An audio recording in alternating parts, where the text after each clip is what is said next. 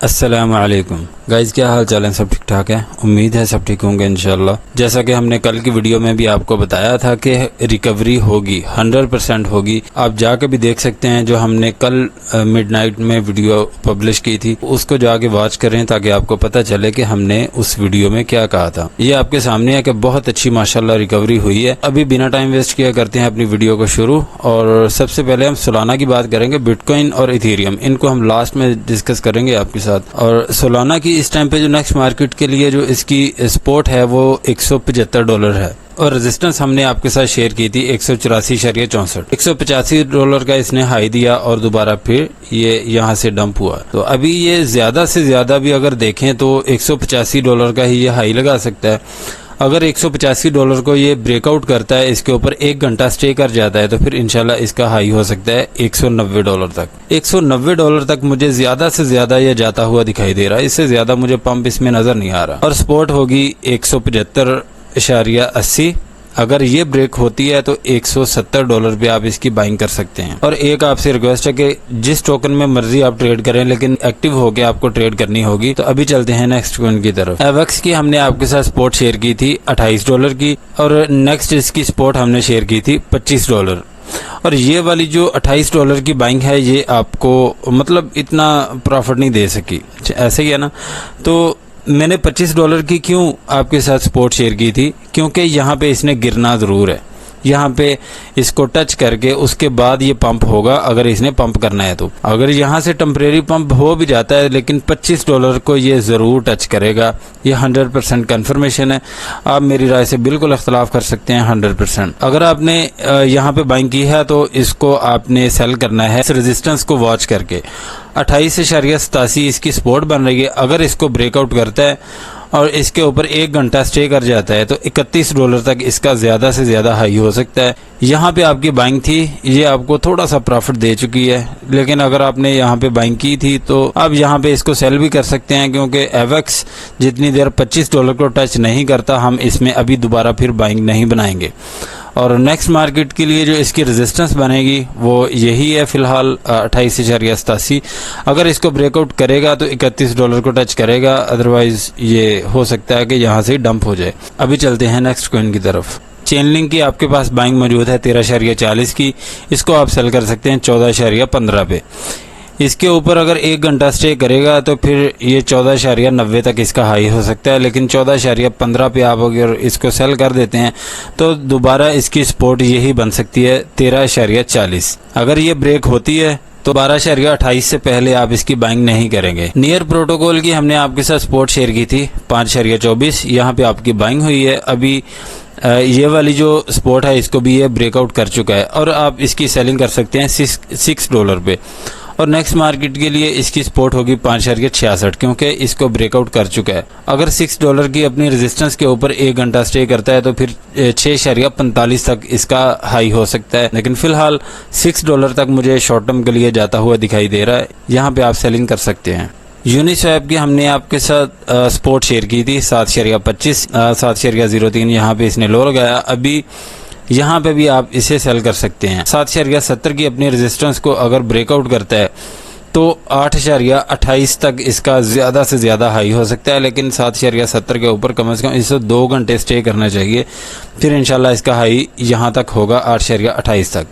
लेकिन next market के लिए जो इसकी सपोर्ट बनेगी वो होगी 7.43। आपने ये जरूर ध्यान रखना है कि 7.43 की अगर सपोर्ट ब्रेक होती है तो 7.13 से पहले आपने इसकी बाइंग नहीं करनी। एप्टोस की हमने आपके साथ सपोर्ट शेयर की थी 6.45, यहाँ पे आपकी बाइंग हुई है और 6.90 की अपनी रेजिस्टेंस को ब्रेकआउट कर चुका है। अभी आप इसकी सेलिंग कर सकते हैं 7.28 तक। 7.28 की अपनी रेजिस्टेंस को ब्रेकआउट करता है तो 7.75 तक आप इसका हाई देख सकते हैं, लेकिन 7.28 के ऊपर कम से कम इसको 1 घंटा स्टे करना चाहिए, फिर इंशाल्लाह यहाँ तक हाई होगा इसका 7.75 तक। फाइल कॉइन की हमारी बाइंग मौजूद थी 4.20 की। यहाँ पे आप देख सकते हैं कि कितना ज़बरदस्त फाइल कॉइन पंप कर रहा है। और ये इसकी रेजिस्टेंस मैंने आपके साथ शेयर की थी 4.75। यहाँ पे आप इसकी सेलिंग कर सकते हैं, इससे ज़्यादा ना ही वेट करें तो अच्छा है, क्योंकि ये फाइल कॉइन है, ये जब स्टक होता है ना तो बहुत बुरे तरीके से स्टक होता है। और नेक्स्ट मार्केट के लिए इसकी जो सपोर्ट होगी वो होगी 4.48। ठीक है। और अगर ये ब्रेक होती है तो नेक्स्ट इसकी जो सपोर्ट होगी वो मैं आपको बता देता हूँ, 4.08। यहाँ पे फिर आप इसकी बाइंग करेंगे। इस टाइम जो हमने पहले आपके साथ सपोर्ट शेयर की थी 4.20, इसको हम करेंगे रिमूव, क्योंकि इस टाइम इसका कोई फ़ायदा नहीं है, ये एक्सपायर हो चुकी है और इस हिसाब से आपने ट्रेडिंग करनी है। और 4.75 की अपनी रेजिस्टेंस को अगर ब्रेकआउट करे तो ज़्यादा से ज़्यादा भी ये $5 तक हाई लगा सकता है, इससे ज़्यादा नहीं। अगर 4.75 के ऊपर कम से कम 2 घंटे स्टे करता है तो फिर इंशाल्लाह इसका हाई हो सकता है $5 तक। लेकिन फ़िलहाल आप 4.75 पे आप इससे निकलें और दोबारा फिर आप इसकी ये सपोर्ट जो है इसकी 4.48 यहाँ पे गिरने का वेट कर सकते हैं। ARB की हमारी बाइंग मौजूद है हमारे पास 70 सेंट की, आप इसको सेल कर सकते हैं 0.7540, ठीक है। अगर यहाँ पे भी आप निकलना चाहें तो निकल सकते हैं, क्योंकि ये बाइंग आपकी प्रॉफिट दे रही है। तो इस टाइम आपने ये ज़रूर ध्यान रखना है कि 70 सेंट की अगर इस दफ़ा सपोर्ट ब्रेक होती है तो 66 सेंट पे आप इसकी बाइंग करेंगे। अगर 66 सेंट की अगर सपोर्ट को टच करता है और फिर इसकी रेजिस्टेंस बनेगी 70 सेंट, और 70 सेंट पे आप इसकी सेलिंग कर सकते हैं, जो आपकी बाइंग यहाँ पे हुई होगी 66 सेंट की। और यहाँ से अगर पंप होता है 0.7540, इसको अगर ब्रेकआउट करता है तो 80 सेंट तक इसका ज़्यादा से ज़्यादा हाई हो सकता है। इसके अलावा आप इसका वेट ना ही करें तो अच्छा है, बाकी आपकी मर्जी है। STX की हमारी बाइंग मौजूद थी, इसने अपनी रेजिस्टेंस को इस टाइम टच कर दिया है, जो कि हमने आपके साथ शेयर की थी 1.86 की। अगर ज़्यादा से ज़्यादा भी ये हाई लगाता है तो 1.95 तक ये जा सकता है फ़िलहाल शॉर्ट टर्म के लिए। और नेक्स्ट मार्केट के लिए जो इसकी रेजिस्टेंस है वो यही है 1.95। अगर हम इसकी सपोर्ट की बात करें तो 1.65 ही इसकी सपोर्ट बन सकती है नेक्स्ट मार्केट के लिए, और यहाँ पे आप इसकी बाइंग कर सकते हैं। अगर 1.65 की सपोर्ट को ब्रेक डाउन करता है तो 1.50 पे आपने इसकी सेकंड बाइंग करनी है। LDO की हमारी एक बाइंग यहाँ पे मौजूद है 1.64 की, ये हम करेंगे होल्ड। सिर्फ ये एक ऐसा टोकन है कि जिसमें हम स्टक हैं, तो कोई इशू नहीं है, ये LDO है दोस्तों भाइयों, आपने टेंशन नहीं लेनी, किसी भी सूरत आपने परेशान नहीं होना। अगर आपने बाइंग की है 1.51 पे तो आप इसको यहाँ पे भी सेल कर सकते हैं। और नेक्स्ट मार्केट के लिए जो इसकी रेजिस्टेंस है वो यही है 1.64। अगर इसको ब्रेकआउट करता है तो 1 घंटा इसके ऊपर इसको स्टे करना चाहिए, फिर इसका हाई 1.78 तक हो सकता है फ़िलहाल। सुई टोकन की हमारी बाइंग मौजूद थी 0.7240 और ये आपको बहुत अच्छा प्रॉफिट दे रही है। नेक्स्ट मार्केट के लिए जो इसकी रेजिस्टेंस बन सकती है वो है 0.8270, यहाँ पे आप इसकी सेलिंग कर सकते हैं। अगर 0.8270 इसको ब्रेकआउट करता है तो ज़्यादा से ज़्यादा इसका हाई हो सकता है 0.8520। अगर यहाँ से डंप होता है तो ये वाली जो हमने आपके साथ सपोर्ट शेयर की थी ना, इसको हम करेंगे रिमूव। और नेक्स्ट मार्केट के लिए जो इसकी सपोर्ट है वो है 0.7650। अगर इसको ब्रेक डाउन करता है तो 0.7240 यहाँ पे आप इसकी बाइंग कर सकते हैं। FTM की आपके पास बाइंग मौजूद है 45 सेंट की, मुझे ये 50 सेंट तक ये जाता हुआ दिखाई दे रहा है। 50 सेंट पे आप इसको सेल करके निकल सकते हैं। और ये वाली जो इसकी रेजिस्टेंस है इसको हम करेंगे रिमूव, और 50 सेंट तक आप इसे होल्ड कर सकते हैं। इसके अलावा मतलब इससे ज़्यादा अगर पंप होता भी है तो ज़्यादा से ज़्यादा 0.5340 यहाँ तक ये जा सकता है। इसके अलावा फ़िलहाल मुझे नहीं लगता कि इससे ऊपर इसका पंप हो सकता है। और यहाँ से अगर डंप होता है तो 40 सेंट पे आप इसकी बाइंग कर सकते हैं। टिया कॉइन की नेक्स्ट मार्केट के लिए जो सपोर्ट है वो है 5.64। अगर इसको ब्रेक डाउन करता है तो 5.31 पे आप इसकी बाइंग कर सकते हैं। और इस टाइम नेक्स्ट मार्केट के लिए जो इसकी रेजिस्टेंस है वो है 6.15। अगर इसको ब्रेकआउट करता है तो 6.53 तक इसका हाई हो सकता है। अगर अपनी सपोर्ट को ब्रेक डाउन करता है जो कि बन रही है 6.64, तो फिर आप इसकी बाइंग यहाँ पे करेंगे 5.31 पे। रूनी कॉइन की हमने आपके साथ जो रेजिस्टेंस शेयर की थी वो थी 4.83। बिल्कुल एग्जैक्ट इसने इसी को टच किया और दोबारा फिर डंप हो रहा है, और उम्मीद है कि आप यहाँ से निकल चुके होंगे। अभी आपने बाइंग करनी है ये वाली सपोर्ट को वॉच करके जो कि बन रही है 4.57। अगर इसको ब्रेक डाउन किया इसने तो 4.25 से पहले आपने इसमें बाइंग नहीं करनी, और ये सपोर्ट पे आपने थोड़ा सा वेट कर लेना है। यहाँ से कोई कैंडल्स ऐसी बनती हैं 5 मिनट की या 15 मिनट की, तो यहाँ से ट्रेंड रिवर्स होता हुआ दिखाई देता है, तो इसी सपोर्ट पे आप इसकी बाइंग कर सकते हैं। विफ टोकन की नेक्स्ट मार्केट के लिए जो रेजिस्टेंस है वो है 2.67, जो इसकी सपोर्ट है वो है 2.50। और अगर इसको ब्रेक डाउन करता है तो 2.29 से पहले आपने इसमें बाइंग नहीं करनी। अगर अपनी इस रेजिस्टेंस को ब्रेकआउट करता है 2.67 की, इसके ऊपर कम से कम इसको 1 घंटा स्टे करना चाहिए। 1 घंटा भी इसके ऊपर स्टे कर जाए तो ये काफ़ी होगा, तो फिर इसका हाई हो सकता है 2.87 पे। अभी हम चलते हैं बिटकॉइन के कैंडल चार्ट की तरफ। अभी हम आ चुके हैं बिटकॉइन के कैंडल चार्ट की तरफ। इस टाइम जो इसकी मेन सपोर्ट बन रही है वो है 66,970। अगर इसको ब्रेक डाउन कर भी जाता है तो ये सपोर्ट जो है 66,500 ये सहारा दे सकती है, इसको गिरने से रोक सकती है। अगर बिटकॉइन 66,500 के ऊपर स्टे नहीं कर पाया तो ये इजीली बिटकॉइन 65,182 पे आके गिरेगा, ठीक है।